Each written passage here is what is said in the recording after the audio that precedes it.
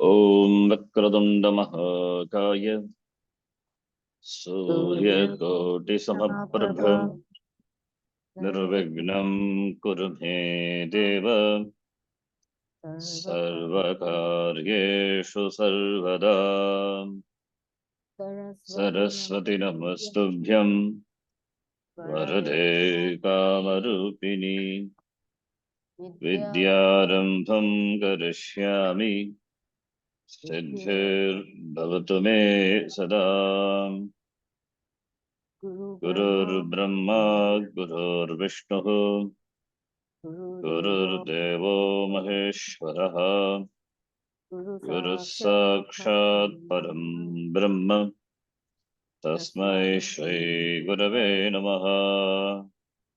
Om Om Sahana Bhagavatu Bhavatu Sahano Sahano Bhunaktu Sahaviryan Karavavahe Tejasvina Tejasvinavadhitamastama Vidvishavahe. Om Om Shanti Shanta Shanta Shanti. Om Shri Paramatmane Namaha. Om Shri Paramatmane Namaha Atha Chaturthodhyayah. Chaturthodhyayah Shri Bhagavan Vacha. Shri Bhagavan Uvacha Shloka number 7. Yada yada hi dharmasya Yada Yada Hi Dharmasya ग्लानिर्भवति Bharat Glanirvavati Bharata अभ्युत्थानमधर्मस्य Abhyuttanamadharmasya तथात्मानं सृजाम्यहम्.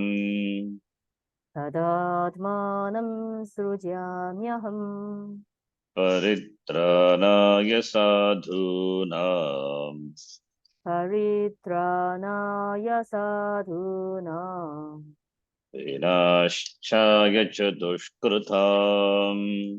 Vinashaya Shakutrushkritam धर्म संस्थापनार्थाय Dharma Samsthapanardhaya संभवामि युगे युगे.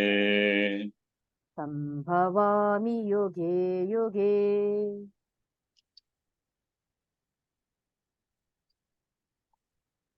The advent of Avatara, the purpose. What is the purpose of his advent?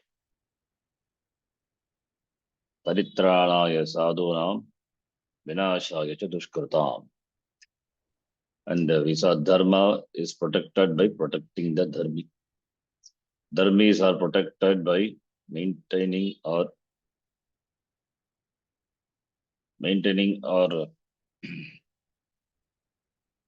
creating infrastructure for protecting the dharma.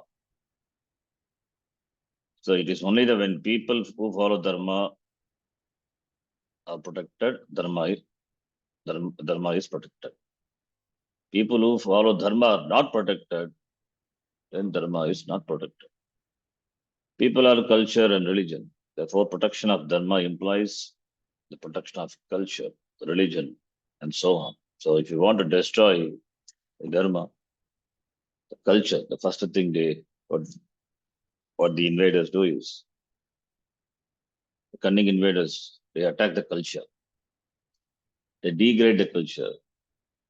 They abuse and create hatred towards one's own culture. And look upon the Western culture as a most civilized culture. So this is how the this is how the West or the religious organization convert and destroy the culture. It's happening currently in India. They are just silent spectators. That there is no culture, religion apart from people. So if you want to destroy the dharma of the people, destroy the culture, destroy the religion. These people alone are religion. No institution is independent of people, especially those institutions connected to dharma. Nowadays in India, even the institutions are there. The ancient institutions which were established to protect dharma. They themselves are silent. Many things. When dharma is attacked, when dharmis are attacked, they don't raise voice. And if within a given structure there are those who do what is not to be done and do not do what is to be done, such people have to be taught, converted. There was a time in Rishikesh only when sadhus lived there. They spent all their time studying the Shastra. When other people came, because they had become disenchanted with the world, they too would begin studying. A man may have decided to become a sadhu because he had lost his wife, his business, or whatever. The choice of becoming a sadhu has always been available in Indian society. Yeah, if you face any problem in life, you can run away to Rishikesh and take sannyasa. And although this man had become a sadhu without qualification, he has become a sadhu. He may not have been interested in studying, but finding that everyone else was studying, he too begins to study. Today, the reverse happens all too often. A sadhu may go to Rishikesh, and those he meets may not be studying. If you start doing whatever else is doing, you can end up running an ashram or studying the Veena. So it becomes a music swami. The primary dharma or uh, the, the action or there's no karma, the primary dharma. What is sadhu supposed to do is to study Shastra. He's got nothing else to do. The only job he has to do is to study Shastra. Studying Shastram, Shravanam, Mananam, Nidhyas. But other than that, nowadays, the sadhus, they do everything. I mean, not all. They do all sorts of things. Some study martial arts, some study music. Swamiji Swamiji make fun of such people. If Shastra is not studied, Shastra study is Shastra Vichara. Shastra Vichara is not done. That is Atma Vichara. Then what is the purpose of the sannyasa? It's just a burden to the society. At least if a person does Shastra Vichara, if he becomes a Jnani, by his Jnanam, at least he can bless the people. But they end up in something else, not following the dharma that is that what a sadhu is supposed to do, that is the Shastra Vichara, Darshan, Atma Vichara. They end up doing something else. That's such a bad example. So anybody coming after that, they also started emulating the person. There's nothing wrong with the learning music. Music can be used as a kind of sadhana sometimes. It can create devotion, but one should not become a sannyasi to do this. Yes, it is not a sannyasi dharma. Sannyasa means only Shastra, no other job. Any other job the sannyasi does, then it is not his job, he is violating the sannyasa dharma. To become a sannyasi and then learn music is not right. But this is what is happening. Not only music, sadhus do a variety of things. So therefore, other sannyasis learn a few yogasanas and then go to America and open an ashram, earn money. Being able to stand on your head for 5 minutes is not a great accomplishment. There is a sadhu in Rishikesh who stands on his head for 2 hours on a rock. What happens to him by performing this asana is not clear, except for the fact that he gets very hungry and eats an enormous number of rotis. This is not to say that asanas are useless. They definitely have a purpose. But the point being made here is that we have heads and we don't use them for the purpose they are intended. Doing something else, not knowing what should be done, and taken to sannyasa. So such people are there. So what is the dharma of a sadhu also? What is his job? What is supposed to do? What is sannyasa dharma? Why should a person take to sannyasa? For what purpose? Is it for jnana? It is for jnana. Therefore, shastra vichara, atma vichara. What else?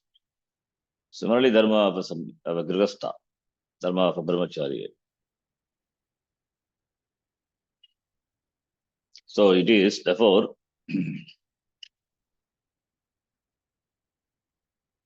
therefore, those who do what is not to be done. If sadhus, an example, if they do what is not to be done, they will end up doing something which is not to be done. So this is applicable to all the ashrama, not only sannyasa ashrama. The other place Bhagavan said before we saw, Swadharme nidam shreyaha paradharmo bhayavagaha. Even if one dies in one's doing one's dharma, it's better than taking up the dharma of the others, other people, other ashrama. Sakramana tamabhyarcha sindhim mindati manavaha. Later Bhagavan Krishna says, by doing one's own dharma, karma, the person attains siddhi. He attains success, he attains moksha. Of course, to antarkarana shuddhi. That is to be understood. Antarkarana shuddhi dwara moksha praptihi. Fine. Now, the next topic. Is it time for Ishvara to come again? So we are discussing the topic of avatara. Now, is it time for Ishvara? Because we see a lot of atrocities happening in the name of religion, or the people who are religious, they are threatened. So is it the right time, or still we have to wait for Ishvara to come? Someone may well ask, is it time for the Lord to come again in the form of an incarnation? No, the time is not right, because this teaching still attracts people. There are so many people studying Shastra. So there is an interest. Therefore, if, however, a teacher of Gita was being constantly stoned and people were prevented from coming to the classes, when Krishna's avatara, as Ishvara, would come, when such a situation happened, then Bhagavan may come as avatara. But as long as people are still able to listen to classes on the Gita, you need not come. So time has not come, not yet ripened for Bhagavan to descend down. If, however, in a place of 100 people, 80 people are given to a life of adharma, the other 20 cannot follow dharma. They only can pray. Then only does Ishvara come.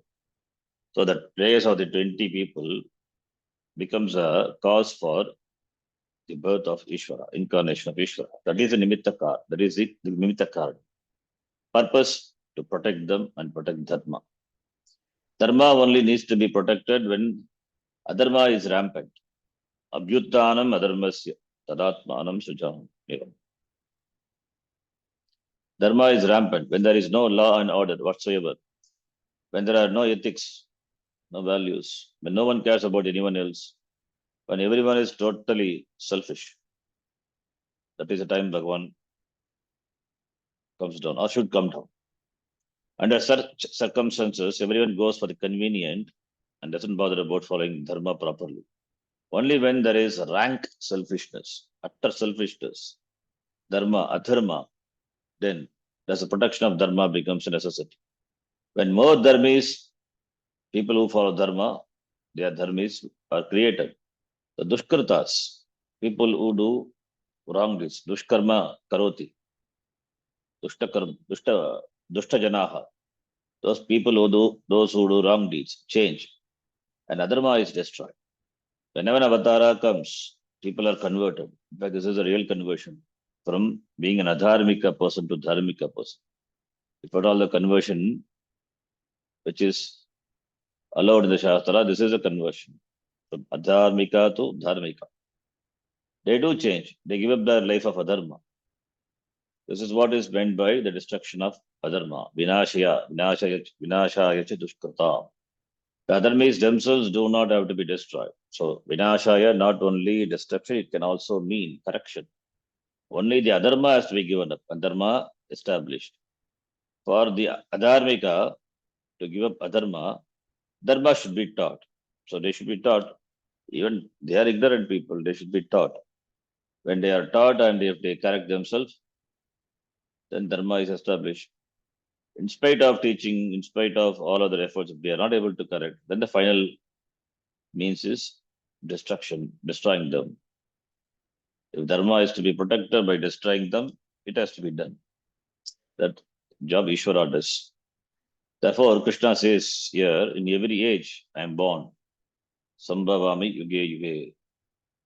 This is not to suggest there is a rule whereby one incarnation occurs in every yuga.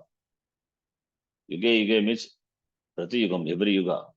So it is not every yuga it comes. The rule is, only rule here is, whenever dharma declines, dharmasya glanihi and adharma increases. Adharmasya abhyuttanam bhavati. Whenever adharma is rampant everywhere, when there is rank selfishness, when there is no way that dharma can survive, then only Ishvara assumes a particular form with the purpose of upholding dharma. This form is called avatara.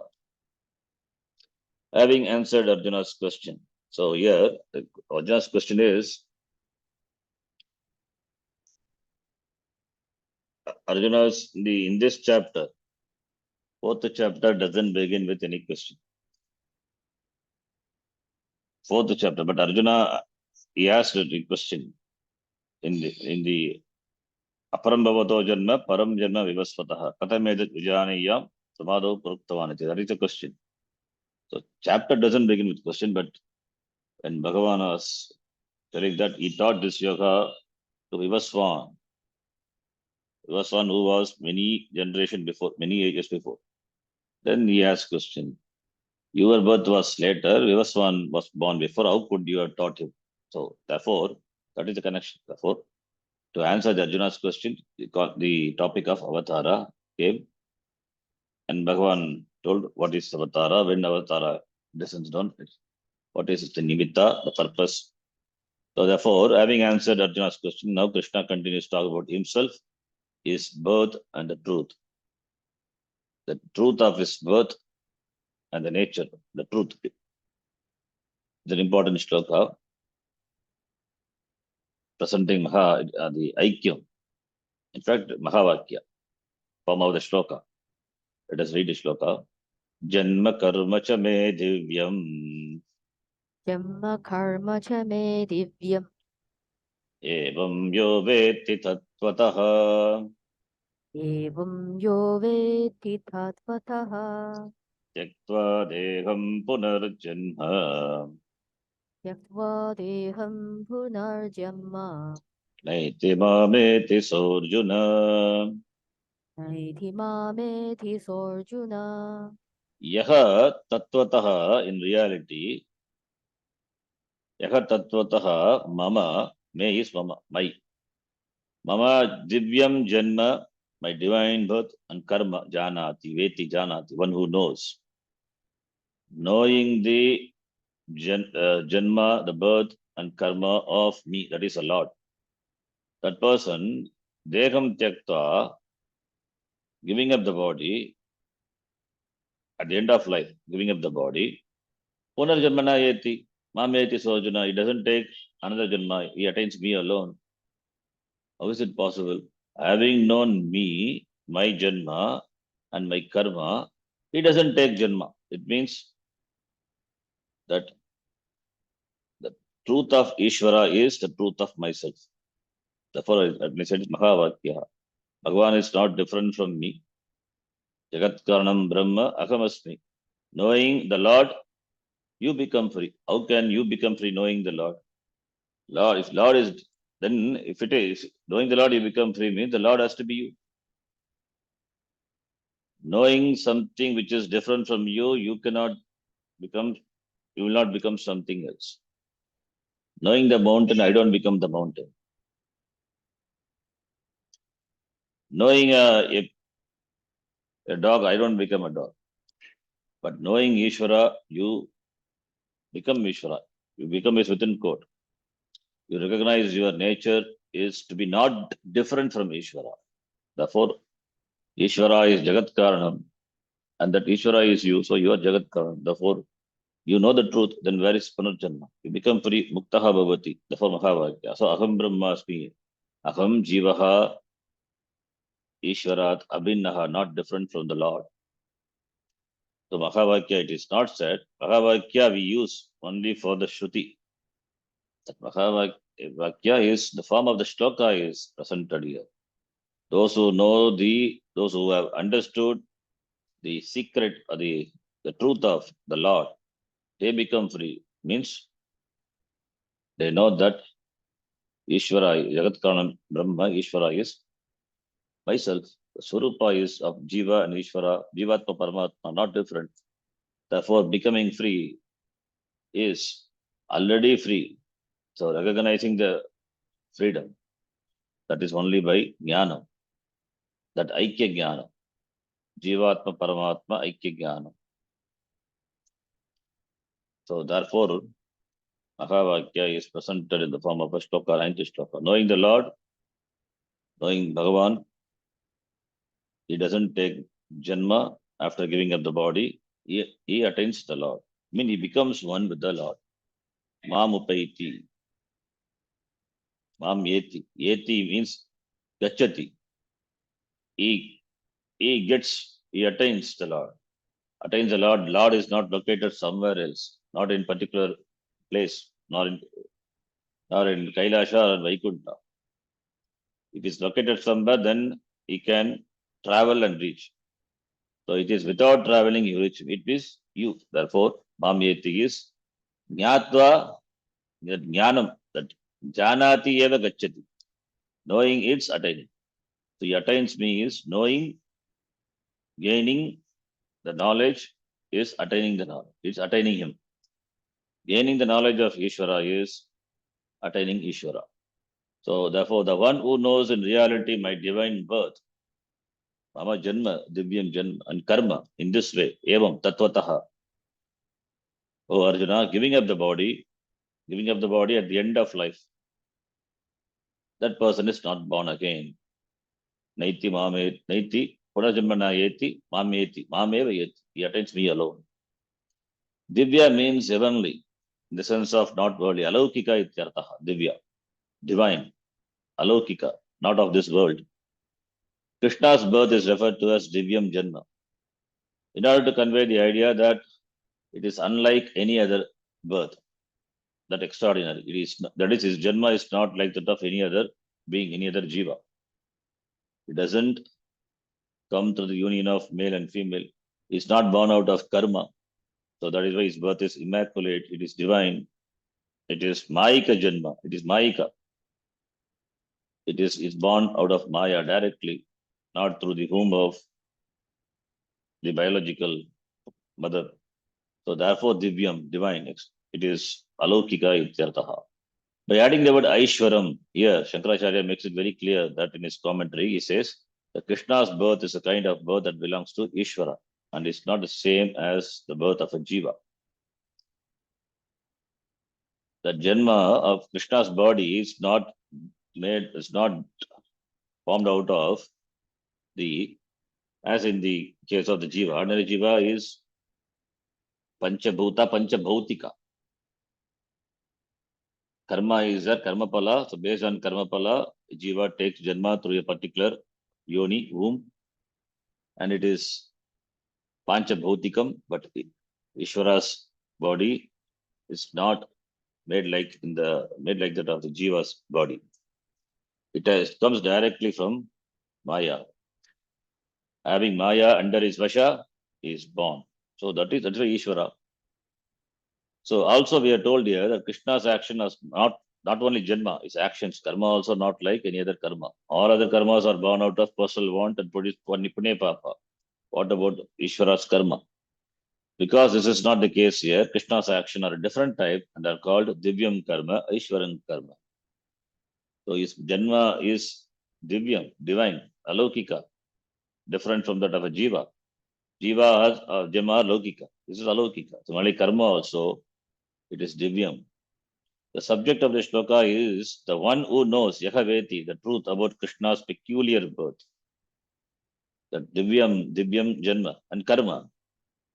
The person knows as they are in reality, Tatvataha Veti, the one who knows in reality, the one who knows this truth very clearly, doesn't look upon Krishna as just another person, another being who is born, one who is born, who is different from the world, or who comes and goes. This person sees Krishna's birth and actions as they are in reality. So it means this, the nature of his birth and nature of his karma, he knows. It means he knows that Ishvara, Maya Upadhi, the truth, the nature, he knows. Tattvataha in reality. In the second chapter, Krishna has said that what is real, Sat, Nasato Vidyate Bhavaha, Nabhava Vidyate Sataha. That Sat. Sat is not going to change at any time. That's why Sat is defined as Trikala Yati Tishtati Tatu Sat. That which doesn't change with the time. And that which is not real, Asat. Asat means Mithya. Mithya is not going to be there all the time. It is constantly changing.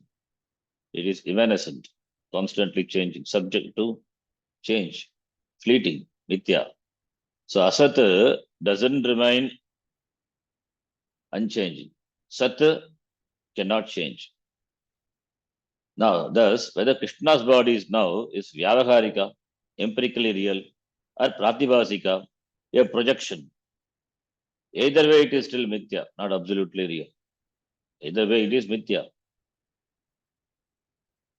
The one who knows the body to be Mithya and Atma to be Satya is the one who knows clearly Tattvataha Vidya, Tattvataha Veti. The body is Mithya and Atma is Satyam. Not Atma is Mithya. Body is Anatma. Anatma is Mithya. Anatma cannot survive, cannot exist apart from Atma. And Atma is Satyam. Therefore, Atma is the Adhara, Adhisthana for the Mithya Sharira. Therefore, one who knows Tattvataha Veti, such a person knows that there is no real birth happening and therefore no real karma being done. But you see birth and karma, but it is not real. That is what Tattvataha Veti. So it is Paramarthika or Vyavaharika, Pratibhasika, it is discussed in the Bhashyam. We cannot say it is Paramarthika. If it is Paramarthika, then we will have problem. If Krishna comes down as Avatara, really, absolutely really, means it's a problem. Then Bhagavan also is subject to change. He undergoes changes because he comes down, he goes back, he comes down like a jiva. So it's not Paramarthika. Can it be Vyavaharika? If it is Vyavaharika, then like that of a jiva, other beings is also subject to change. His janma is like that of other janma and karma also. So it cannot be Vyavaharika. So neither Paramarthika nor Vyavaharika. It has to be Pratibhasika. And that is Pratibhasika. Like we have seen already discussed this topic. Like the blue sky. The sky is blue. The sky is blue. It is Pratibhasika. It is in Vyavahar. It is not in Paramarthika. There is no sky. There is a roof. So Vyavaharika, sky has no color at all. It's colorless, but appears the colorless sky appears to be blue. That is Pratibhasika. So Pratibhasika. It is not there, it appears. So appearance. There is no real birth happening. There is no real blue sky, but it appears similar. That is Pratibhasika. Therefore, the one who knows in reality that Krishna, Ishvara is not other than oneself, and that I am Parameshwara, Jagat Karanam Brahma, the one who knows, is a Jnani. Therefore, Jnani. So, what is talked about the sloka is a Jnani. Jnani doesn't have Janma. Jnani doesn't have Janma. He attains myself. That is, he has attained. By Jnanam, he has recognized himself to be the Paramatma. So therefore, such a person, knowing this, having given up this physical body, that is when the person dies. Not that the moment he knows the truth, he will die. When at the end of this Janma, when Prarabdha is over, when the person dies, then after that, he doesn't get another birth. To know Ishvara is to know the Satya, the reality, which always is. For Satya Satma, therefore to know Parameshwara is to know oneself. In fact, to know oneself is the only way to know Parameshwara. There is no other way. If Parameshwara alone cannot be known. If Parameshwara is known as something different from you, then it is Ajnanam. So the only way to know Parameshwara is to know oneself. If you want to know the Lord, then know yourself, because you are not different from the Lord. So this done is how a person is liberated. While living, the person gains self-knowledge, which is moksha, after which there is no future birth for the person, no janma. All the sanchita karma are destroyed, and agami also distributed, and prarabdha is over. Therefore, there is no janma. The jivatvam is gone, and the person becomes jivan muktaha. The status of being a jiva is gone. So he becomes free while living, meaning liberated while living. Jivan muktaha bhavati. Knowing that one is not a karta, the jivan mukta, who is a jnani, has no karma, and therefore no punya papa to initiate another janma. So another janma requires punya papa. This person, this jnani, has no punya papa in his account. Therefore, there is no nimitta for next janma. Therefore, doesn't come again. Therefore, punarjanma na eti. Only when it takes oneself to be a doer, a karta, agam karta, can there be action, karma will be there, and that leads to future janma, future births. Okay, we'll complete this. What happens to the jnani after death? If the Jivan Mukta doesn't take another birth, where does he or she go then? Does a jnani become permanently lodged somewhere?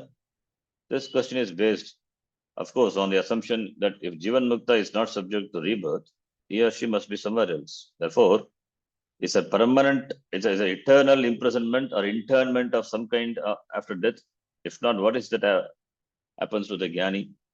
In response to this question, Bhagavan says, the person becomes myself. What happens to jnani after death? He becomes myself. Saha mam eti, he attains me. Jivatvam is gone. Jiva is gone. Now what is there? All that remains is Ishvara. So Brahma alone is there. Brahman being Ishvara, which is everything. Therefore, there is no Jiva. When there is no Jiva, there is only Ishvara. So what is, therefore, Ishvara, Brahma Yeti. Only when Jiva cannot gain identity with Ishvara in terms of knowing they are one and the same, are there seemingly two different entities, Ishvara and Jiva. Now Jivatvam is gone. Therefore, what is there is only Ishvara. Here the use of the word Yeti, gains, must be clearly understood. Yeti, there is no physical movement involved.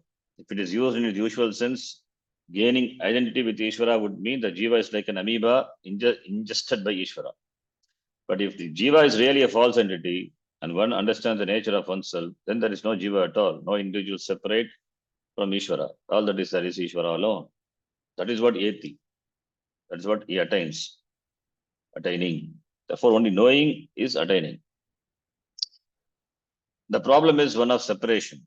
The separation is a notional separation. It is not real separation. And there is no separation in fact. Yes. Jiva and Ishvara are not really separated. There is no separation. It's only a notional separation. When the notion is gone, then inseparatedness, inseparable, that Jiva and Paramatma, Jivatma and Paramatma are inseparability of Jivatma Paramatma is known. So therefore, Ishvara alone. So all that is there is Ishvara alone. So Ishvara, Yeti. Yeti means where he will go. Everything is Ishvara. So therefore, there is no travel. There is no movement. There is no going here and there. So, therefore, Brahma with Brahma Bhavati. Knowing Brahma, he becomes free. So it was only Ajnana that made him bound. Now gone. Therefore, he is free. Recognizes his freedom. It is not that Ishvara is someone who is located somewhere and the Jivan Mukta joins in there. Gaining Brahma is strictly in terms of knowledge. Krishna makes use of Arjuna's question. How could you have given this knowledge to yourself in the beginning to reveal the nature of Atma, the cause for grief, and how one can cross over it is a subject matter of the Gita. That's why Gita is a Moksha Shastra. Although Krishna discussed many topics, he unfolds subject matter in one continuous flow. Here, having answered Arjuna's most recent question, the recent question is, how could you have taught this to Vivaswan? Krishna once again picks up the thread and goes back to picks up the thread from the second chapter, 11th shloka, Ashochan and Vashochastam. You grieve for those who should not be grieved for, and continues. The Upadesha, it continues. Next shloka, Another beautiful shloka. We'll see. We'll see that in the next class.